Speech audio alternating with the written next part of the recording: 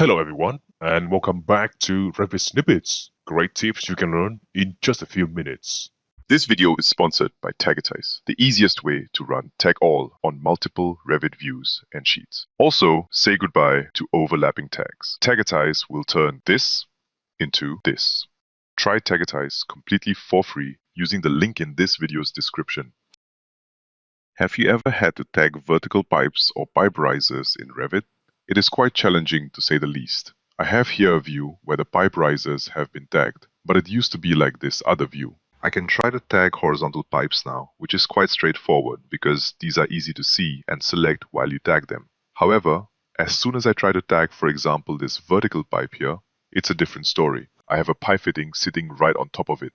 I can try to tab select the riser to tag it. This is very time consuming because I've tagged so many times, or sometimes I just fail to select it completely. It gets even worse if the pipe riser is in the Revit link. Good luck with tagging that.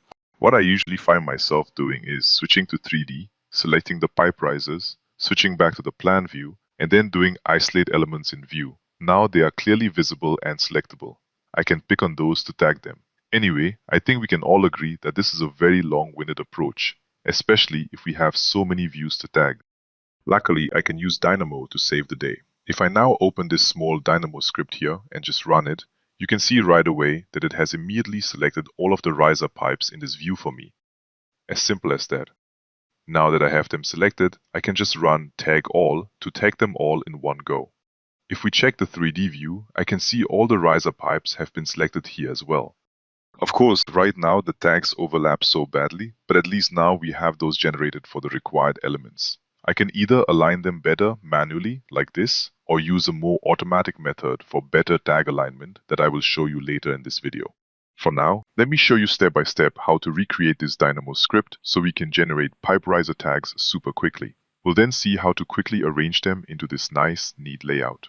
If you don't have much time and just want to run this script right away, simply find in the video's description a link to download this script directly. If you, however, want to learn to code this yourself, let me show you how right now, step by step. By the way, if you are new to this channel, make sure to subscribe now because we do tutorials like this every single week. Okay, let's begin. To start, let's create a new script in Dynamo. I will change the run mode from automatic to manual so it won't hang on us unexpectedly. I will now add a Python node to the graph and open it for editing. However, this is not a good script editor, so I'll type the code out in Visual Studio Code instead and copy it back into Dynamo at the end.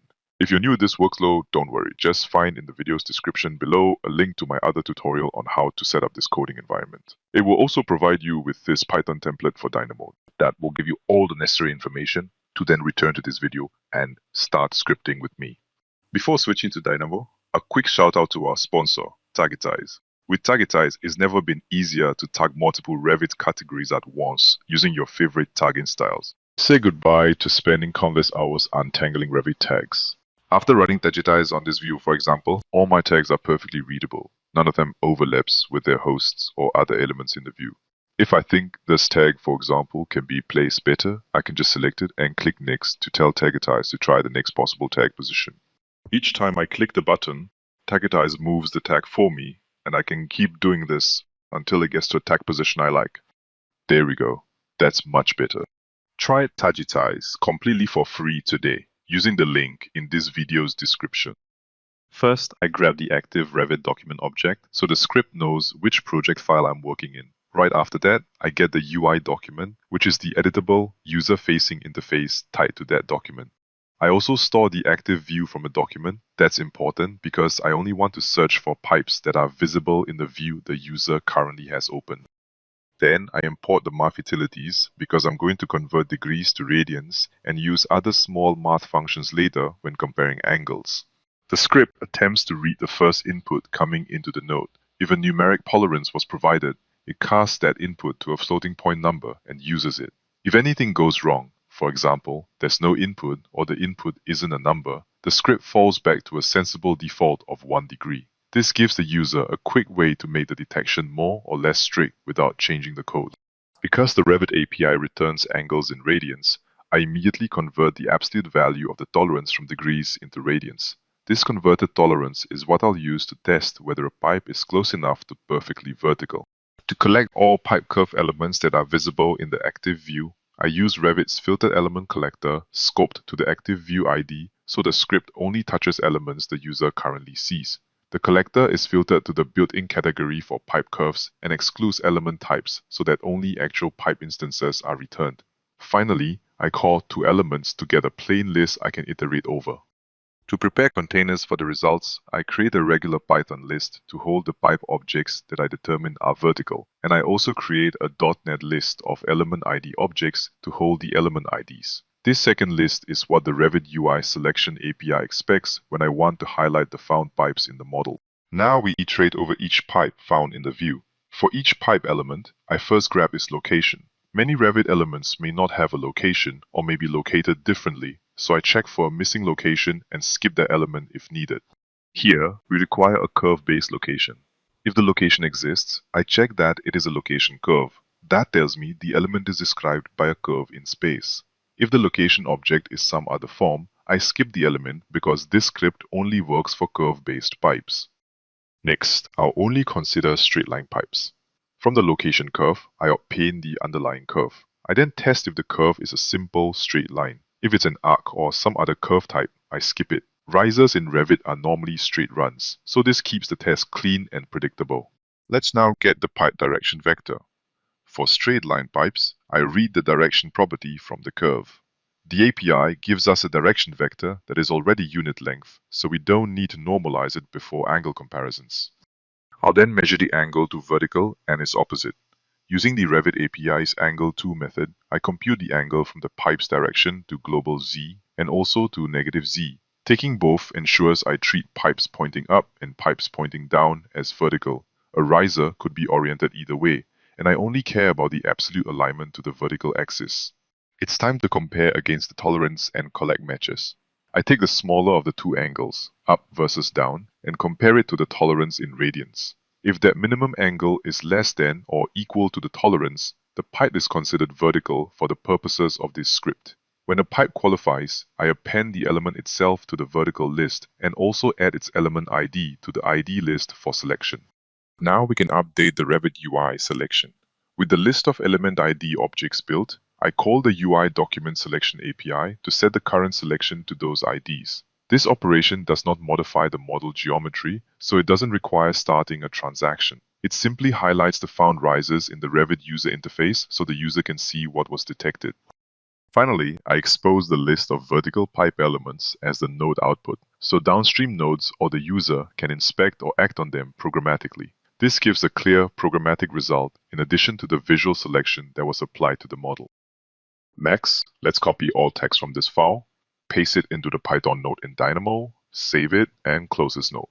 Also, I'll change the Python version here from version 3 to version 2. This is because my Python script in Visual Studio Code was written in this lower version. The last node to add now is just a code block to specify the angle tolerance that the script requires. I will rename this to angle tolerance and give it a default value of 1 degree. We can then hook it up to the Python node. With that, our Dynamo script is finally complete. Let's now run the script to see it in action. And there we go.